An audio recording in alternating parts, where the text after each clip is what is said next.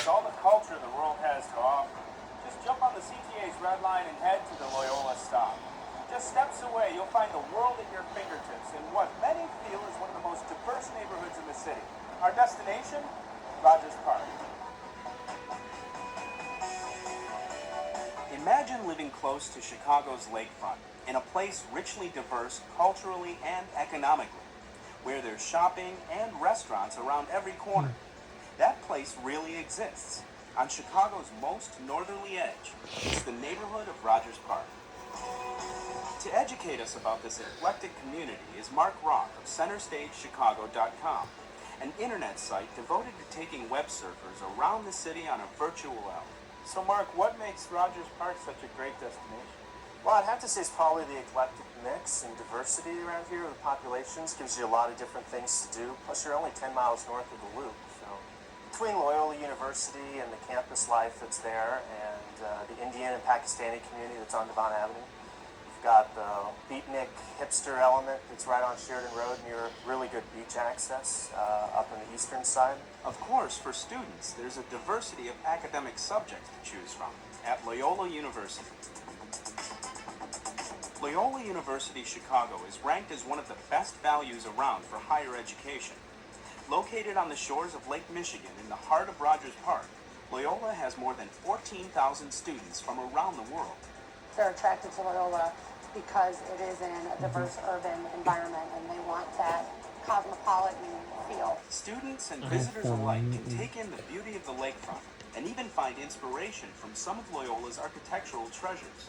Architecture buffs should definitely check out Mundelein Center, which is a 1920s Art Deco building that's on the National Register of Historic Places. As well, they should look at Madonna della Strada Chapel and Cudahy Library, both of which are historic places of interest according to the city of Chicago. To get a closer look at the history of Rogers Park, there's one place that has it all. The Rogers Park West Ridge Historical Society has documented the growth of Rogers Park. Our mission for the Historical Society is to gather and preserve the history of this area. And over the last 29 years, we've gathered over 7,000 photos going back to the 1870s. In 1893, Rogers Park was officially annexed to the city of Chicago. Before and ever since that time, immigrants from around the world have made this area north of Chicago their home. There was originally mostly European settlers, and then over the years, like more recently, there's been a lot more of the Orthodox Jews. There's been burgeoning of the Indian and Pakistani community out on Devon, which is why Rogers Park is one of the most culturally diverse neighborhoods in Chicago, if not America. Devon is the perfect avenue to take for that multicultural experience you won't soon forget.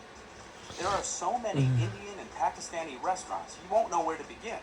And sprinkled throughout are Russian establishments and Jewish bakeries. But that's not all. Besides probably 20 million different little electronic shops where you can buy stuff wholesale, gray market. And I know people who come up here from downtown just to get the ethnic groceries. Devon Avenue, Loyola, and everything else there is to see in Rogers Park can be accessed by the CTA. Here's how.